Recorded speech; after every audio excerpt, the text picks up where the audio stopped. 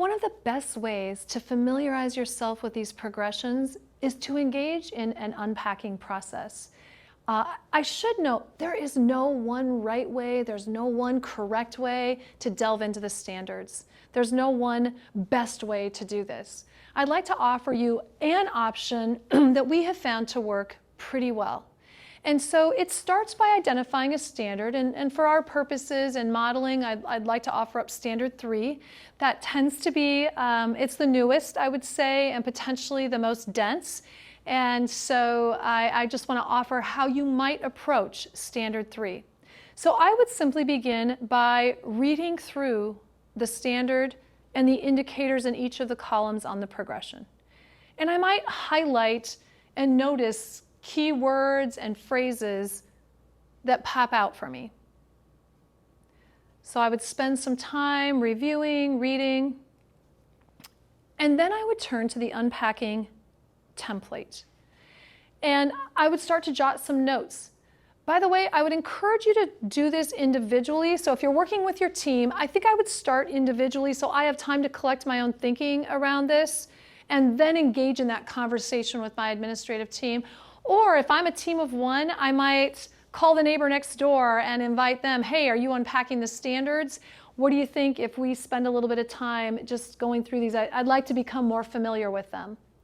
And so we would turn to the unpacking template, and I would take my own notes around this. What do I notice? What's familiar? What is new? Well, I'm noticing that the structure of the progression is the same across all 10 standards. So I notice that that is a commonality.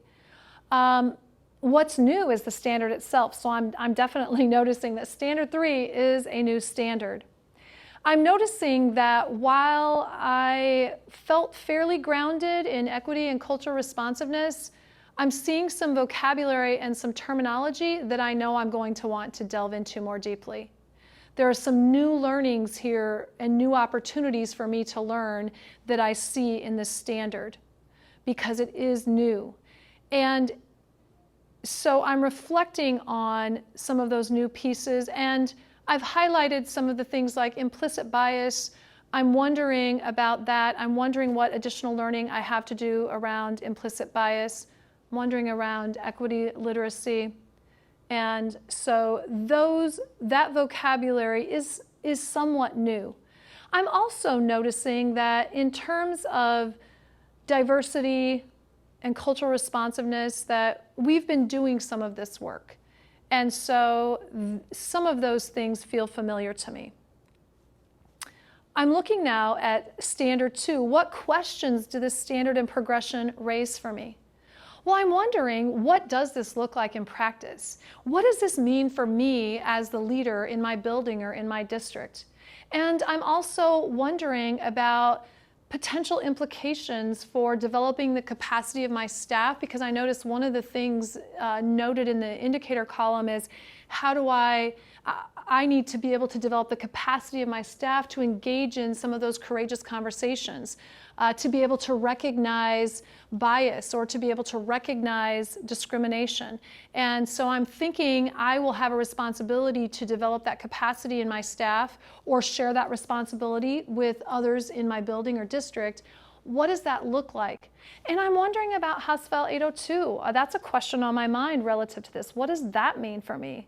I know I can grow individually and self-reflect around that. And what will be the implications for my work as a leader with my staff?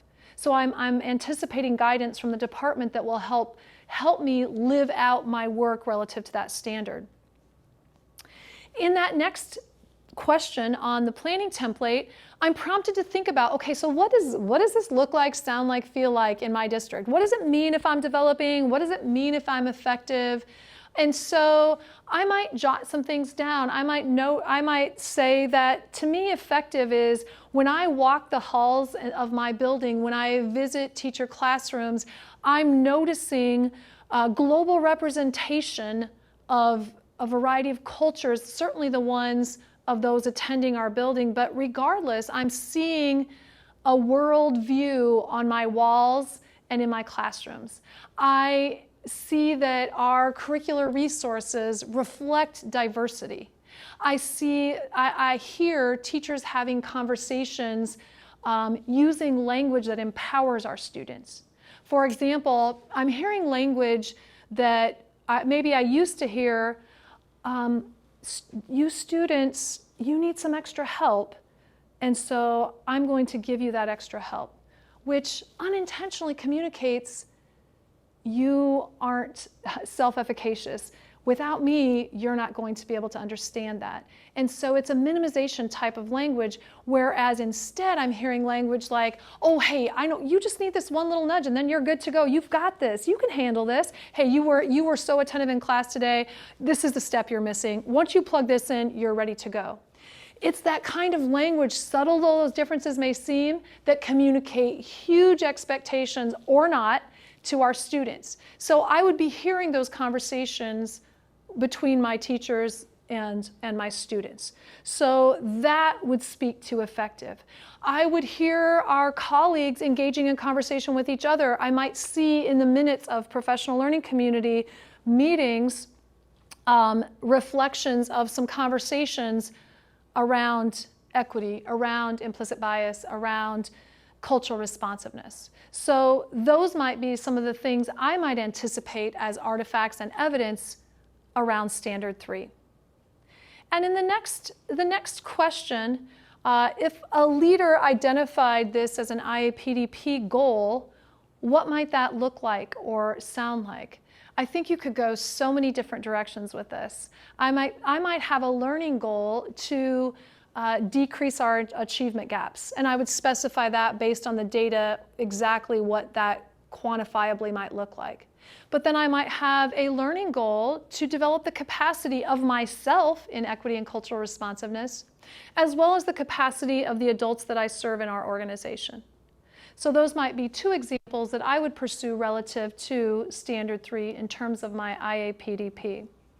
So the next question around which I would self-reflect on that template, as you notice, is if I were going to hire a new colleague to our team, what might be an interview question I would ask that person? Well, we know that past performance is usually a pretty good predictor of future performance. And so I might have a question, tell me about a time in which you engaged in leading work around building the capacity for cultural responsiveness.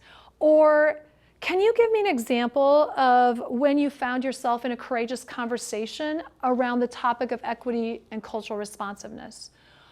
Talk to me about what your skill level or what your work in developing the capacity of a group of people, whether it be students in a classroom or adults, around diversity. So again, I'd like to hear about what that candidate has done in their previous role relative to Standard 3. The next question invites us, what questions do I have to process with my admin team or supervisor? I would say all of the things that we've just been reflecting on. I want to know, well, what do you guys think about what constitutes effectiveness, and what might be some interview questions that you would have, and what other questions did the standard raise for you? Did you guys understand all of the language that was in the standard itself? What do we need to unpack together? I use the glossary to help me understand some of that, but I'm still wondering, what does this look like in our specific context? We don't have a very diverse population at our school. What does this mean for us in terms of operationalizing Standard 3? Or we have a very diverse population in our school. How will we know when we've been successful relative to our leadership in Standard 3? I might want to know, hey team, should we all focus on the same standard this year as we grow and develop, so we could do some team learning around that? That might be something that I would invite my team to think about. And then in the next question here is, how might I engage the work of those whom I supervise relative to this standard? And so I referenced that a little bit already. If I am the superintendent, I might be thinking about what are some quality readings or articles that I might utilize in my admin team meetings to help develop the capacity of our leaders in this work. Maybe there are some tools and tips from some of our Fierce Conversations work or cognitive coaching or other places where I've grown and developed that I can pull into Standard 3 to help support our learning together. And if I'm the principal, in what kinds of learning and reading might I engage staff? How do I even know where they already are in their learning around cultural responsiveness and equity? What is their equity literacy, and how might I find that out? Are there some tools that would be helpful? I would mention that we do have a Google site, and Standard 3 in a deep dive is pretty well developed to offer you some resources in that helping build capacity of others piece, if you would be interested in that. I think there are so many great resources and tools out there. I know our AEAs have resources and tools, and so certainly this isn't the only place you might look, but we have vetted some tools that may be helpful to you as you delve into Standard 3. My last self-reflective piece around this would be, what are 3 important things that I would want to remember around Standard 3? I want to remember that this really is an opportunity for growth and development for me. I would want to note that the things that we're already doing relative to Standard 3. So I'm not starting from ground zero. We are engaged in a lot of work to build and support learning opportunities for each and every student. That would be important for me to remember. And the third thing is, this will probably be a goal area for me for the next couple of years as I continue to grow and develop because of the learning opportunities. So those were the 3 things that I would personally resonated for me. Notice they're not necessarily facts about the standards, although certainly it could be that. When I was thinking about those 3 things, it's what do I want to take away and remember as I think about the work I will want to do as a leader relative to Standard 3. So once I've done my own self-reflection and I've had that time to collect my own thinking, it's a great opportunity for me to engage either with another colleague in my own building or district, or if I'm a one-person show, I might, again, reach out to a conference principal or an AEA principal and just gather some insight. Well, what did this mean to you? And gosh, I hadn't thought of it that way. That's interesting. I wonder what the implications will be for that piece of it. It just gives you the opportunity to deepen your understanding around the standard and to make meaning. It's a great opportunity to talk about artifacts and evidence. You know, I would share with you, our design team spent 2 years wrestling with that conversation around artifacts and evidence. Should we include an appendix that lists artifacts and evidence? Should we not? Oh, would that be helpful? Would that not be helpful? What are the unintended consequences of that? Well, as you can see from the instruments, there is no appendix with a list of artifacts and evidence. We, after 2 years, landed with the decision that this really needs to be contextual. What constitutes evidence and artifacts in one location may be different from what constitutes evidence and artifacts in another. Certainly there will be some things that are the same, but we really felt like what was important about this is that conversation, is the conversation around what does this look like, sound like, feel like in our specific context. And that conversation, more than anything, will help clarify what that standard means, and then what do I need to do as a leader to get to that next level of leadership. So again, this is an approach, this is a way in which you might become more familiar with the standard and begin thinking about, how do I operationalize this?